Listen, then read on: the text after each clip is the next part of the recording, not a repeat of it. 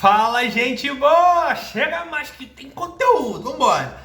Olha só, vamos falar da crise da colonização portuguesa no Brasil no final do século XVIII. Repara só, eu sempre costumo mencionar isso, acho que é importante estar sempre destacando. Colonização, ou seja, processo de imposição, dominação, exploração das metrópoles europeias nas Américas, todo esse processo histórico, desde o século XVI até as independências do século XIX, são acompanhados de resistência, de luta, de tensão. Tem problema. É a mão de obra escravizada, são as revoltas, a exploração da mão de obra indígena. Tem muitas tensões, é um barril de pólvora. Então problema sempre teve. O diferencial que a gente vai começar a falar aqui para caracterizar o que foi essa crise da colonização portuguesa no final do século XVIII são outros fatores que entram na soma aqui, tá bom? Então vamos lá. Primeiro fator, os antecedentes, para você começar a entender que cenário, de quando eu estou falando, de mais ou menos de onde. Repara bem, o século XVIII é o século das luzes, é o século do iluminismo lá na Europa. Ideias em contraposição ao antigo regime europeu, de crítica ao absolutismo, ao mercantilismo, à sociedade estamental, de contestação àquela ordem. Ideias liberais. A palavra liberdade entra no vocabulário não só da contestação europeia, mas também chega aqui para a América. Então você tem um contexto que informa, que aponta a tensões e movimentos de ruptura, revolucionários. Você tem grupos que estão se dispondo, começando a pensar e formular ideias, hipóteses, a construção de uma nova sociedade. Sociedades liberais vão ser estabelecidas na Europa, mas isso também chega para a gente aqui. Então é um contexto histórico, sobretudo na segunda metade do século XVIII para frente, a partir dos anos de 1750 para frente, a gente tem todo esse cenário cada vez mais explosivo de contradições desse antigo regime para a Europa, que se expressa aqui como o domínio colonial, que está começando a ser contestado. Show de bola. E essas ideias revolucionárias encontram nas Américas contradições sociais, tensões que já vinham se avolumando, se acumulando ao longo de alguns séculos. Então isso aí é importante para você compreender. Não quer dizer que as independências do século XIX, os movimentos aqui, são filhos diretos, única e exclusivamente da Europa. Se não tivesse tido iluminismo, não. Problema, tensão tem aqui também.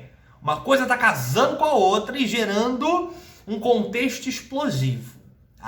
Show de bola. Então já tem uma era que se aponta a ideia de liberdade, se aponta a ideia, a contestação de autoridades tirânicas, despóticas.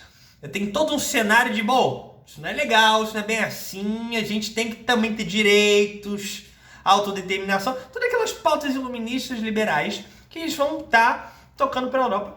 Esses livros chegam aqui, essas ideias também chegam nas Américas e encontram um cenário explosivo que fala, a galera começa a pensar, é isso aí mesmo. Como assim? O rei manda e a gente não tem direito, porque a gente é menos humano que ele. Vários probleminhas. Show de bola. Então você já tem esse cenário. E nessa segunda metade do século XIX, você tem alguns movimentos importantes. Veja, por exemplo, que vai exercer uma influência bastante considerável a independência das 13 colônias, que vai formar os Estados Unidos, independência dos Estados Unidos, 1776. Tem vídeo no canal, hein? Tem vídeo no canal sobre isso. Demorou, mas agora eu consigo falar que tem vídeo no canal, porque agora já tem vídeo mesmo. Ótimo! Isso gera uma pressão, um estímulo muito poderoso. Foi a primeira independência das Américas. Foi um movimento bem sucedido. Os caras conseguiram se livrar da metrópole, conseguiram ficar independentes. Isso em 1776, segunda metade do século XVIII. O resto das Américas olha para aquela parada e fala, a gente também pode. Porque a gente também não está aqui, não tão feliz com esse domínio europeu aqui, tem vários problemas, é imposto, é tensão, a gente não participa, não sei o quê, a gente não tem liberdade. Então o estímulo é muito poderoso. Então toda vez que você estiver falando de crise do sistema colonial aqui no Brasil no século XVIII, ou seja, basicamente com dois movimentos, a conjuração Inconfidência Mineira e a Conjuração Baiana. Já vamos falar um pouquinho mais disso. Tá? São as duas expressões, tá, concretas de que a coisa que não tá bacana e a galera está começando também a pensar nessa ideia de separar de Portugal, romper com Portugal, fazer independência. Expressões dessa crise de dominação da colonização portuguesa. Show! Que estão dentro desse contexto iluminista, liberdade, papapá, para cima, para baixo, independência dos Estados Unidos. Contestações. Ótimo! Tá? A gente vai ter depois, inclusive, 1789, estourando a Revolução Francesa na França. Não estourar a Revolução Francesa na Rússia, né? Estourando a Revolução Francesa em Paris e depois se alastrando por toda a França. É mais um fôlego para esses movimentos, mais um estímulo. Os caras estão botando em prática o iluminismo, independência dos Estados Unidos, Revolução Francesa. São ideias revolucionárias que estão acendendo um barril de pólvora aqui nas Américas, de contradições, que também essa gente tá pensando aqui, pô, a gente também quer essas coisas aí. Show! Pegou um cenário? Então não é só a independência dos Estados Unidos e a Revolução Francesa, mas tem a luta aqui nas Américas como um todo. A revolta do Tupac Amaru, na América Espanhola, depois você vai ter, a partir de 1791, a independência, a Revolução São Domingos, a formação, o processo de independência do Haiti, também altamente revolucionário, explosivo. Tá? Isso aqui na América Portuguesa também está sendo sentido. Então você precisa entender que é um cenário, é um contexto que aponta nesse sentido. Como a coisa vai se expressar aqui? Como isso vai acontecer? Como esses movimentos vão se realizar aqui no Brasil? Com dois acontecimentos importantíssimos. A Conjuração Baiana e a Conjuração Mineira. Você também vai ver esses temas tidos como Inconfidência Mineira. Tem um debate se Inconfidência é um bom termo, porque é quase que uma traição, então é um juízo de valor dos portugueses. Tudo bem, tem tudo isso aí. Mas é importante você entender que a gente está falando da mesma coisa. Hoje é cada vez mais utilizado o termo conjuração. Há ainda quem prefira conjuração para falar só do movimento baiano e Inconfidência Mineiros.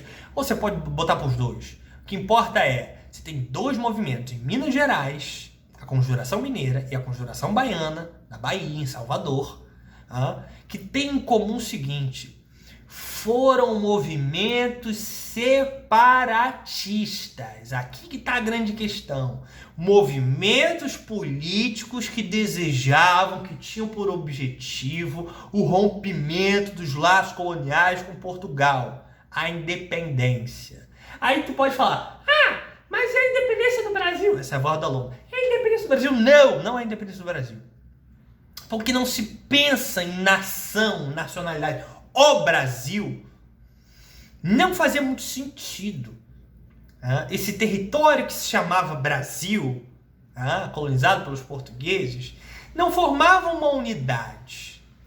O sentimento regional, local, era muito mais forte. A ideia do que era ser brasileiro, isso não estava no horizonte, isso não fazia sentido.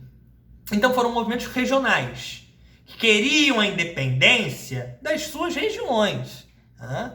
Minas Gerais, a galera da Conjuração Mineira estava pretendendo a independência das Minas Gerais de Portugal. Que Minas Gerais se formasse como um país. A mesma coisa vale para a Bahia. Mas foi a primeira vez na história da colonização, você tinha várias revoltas que a gente chamava de revoltas nativistas. O problema, como eu te falei, é que sempre teve revolta, quilombo, tensão, porrada. Porque colonização é isso. Não tem essa. Ninguém aceita ser dominado, ser explorado, ser sacaneado, levar porrada de graça e ficar de boa. Então você teve a história do Brasil colonial é acompanhada por essas tensões. Mas agora elas ganham um salto, elas têm uma expressão diferenciada. Com a Conjuração Mineira e Baiana, foram as primeiras vezes na história, a Conjuração Mineira em 1789, a Conjuração Baiana em 1798, foi a primeira vez na história, até então, que se estava falando diretamente de independência. Não, agora a gente quer romper com Portugal, não quer negociar, não quer melhorar a vida, não quer reduzir impostos, a gente quer acabar com os vínculos com Portugal. Você já entendeu, portanto, são movimentos separatistas por esse sentido. E eles têm um caráter regionalista. Ninguém está falando de independência do Brasil, isso não está no horizonte. Estão falando de independência das suas regiões. Show, vamos para cada caso. Beleza, a Conjuração Mineira.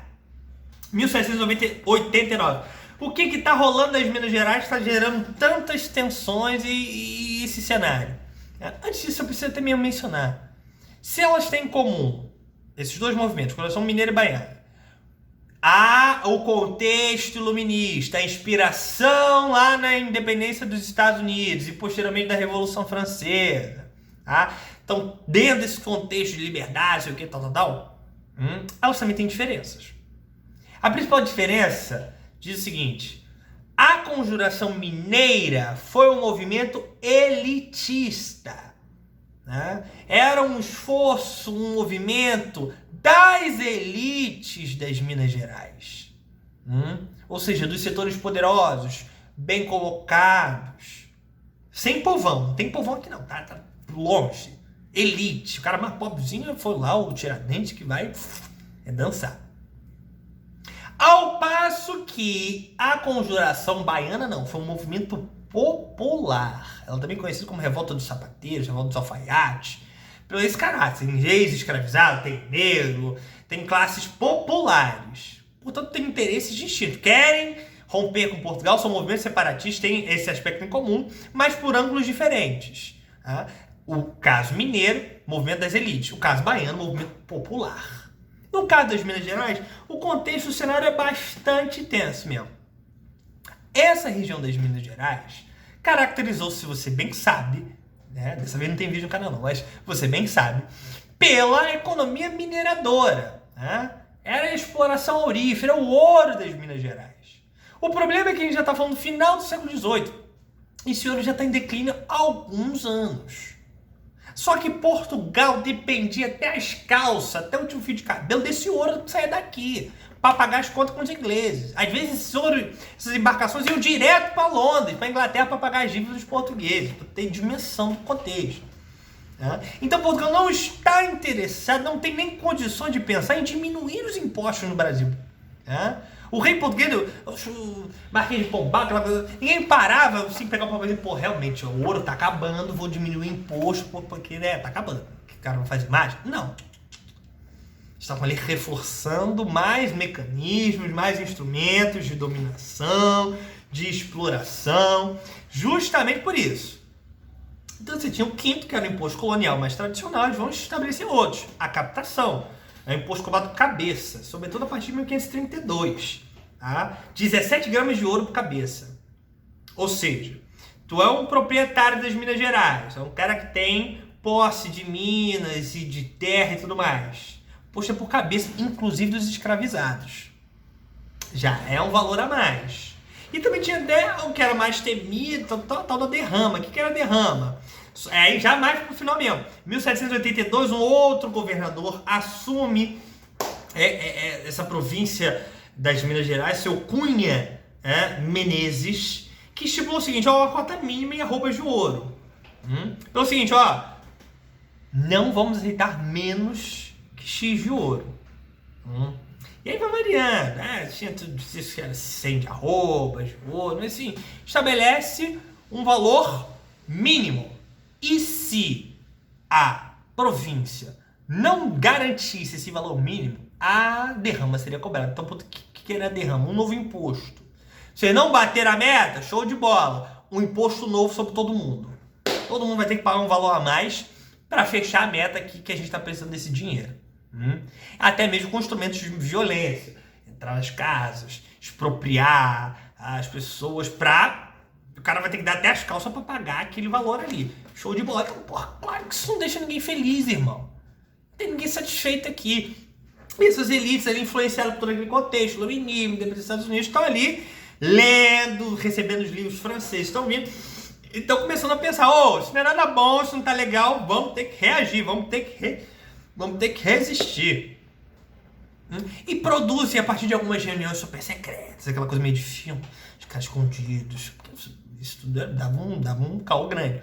Escondidinho, formulando, a gente vai fazer assim, vai fazer assado, não. Então você tem ali reuniões de formulação dessas ideias. Eles estavam planejando, inclusive, estourar um movimento em 1798, quando seria pretensamente comprado a primeira derrama do governo do Cunha Menezes. O problema foi, onde deu caô? um sujeito de dentro que tinha contato com a galera, o seu Silvério Reis, caguetou a galera. Ele tava devendo a coisa pros portugueses, falou, ó, filho, acaba com a minha dívida e eu entrego a galera que tá querendo conspirar fazer independência contra Portugal. E foi dito e feito, foi literalmente o que ele fez.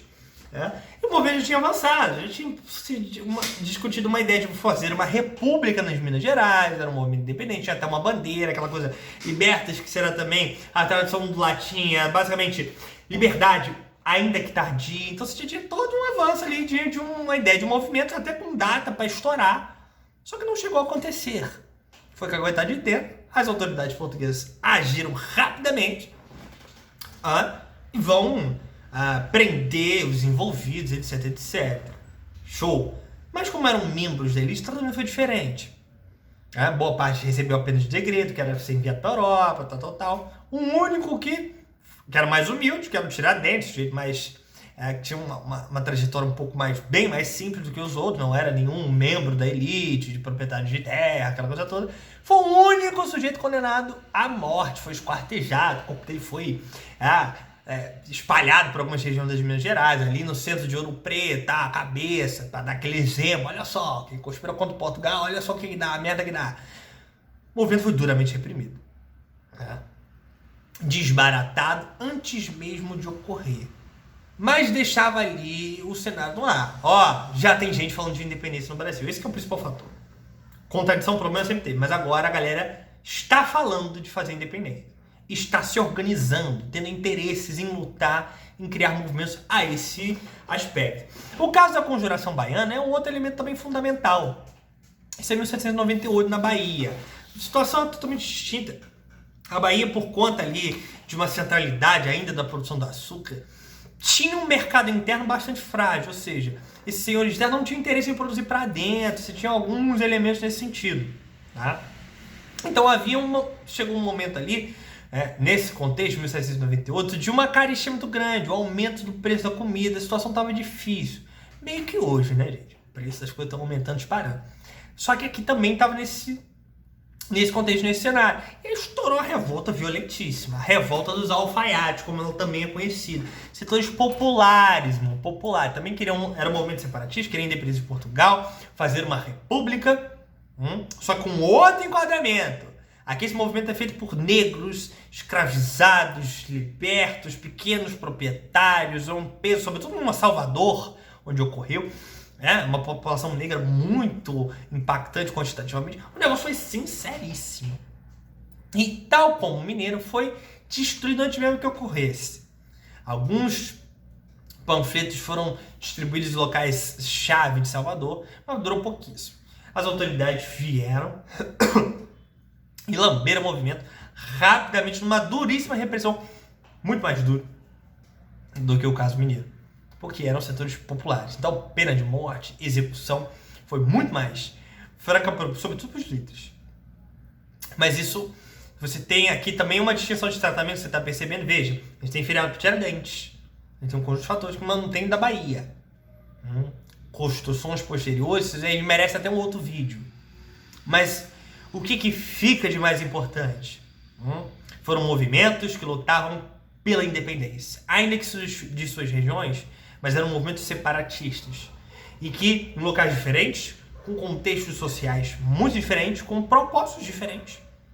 Eram separatistas, queriam república, sim, mas mineiro, por causa da elite, negócio de abolir a escravidão não era consenso, não. No caso da Bahia, era consenso, queriam abolir a escravidão, Então, você tem esses elementos aqui que estão envolvidos, sim, nesses processos.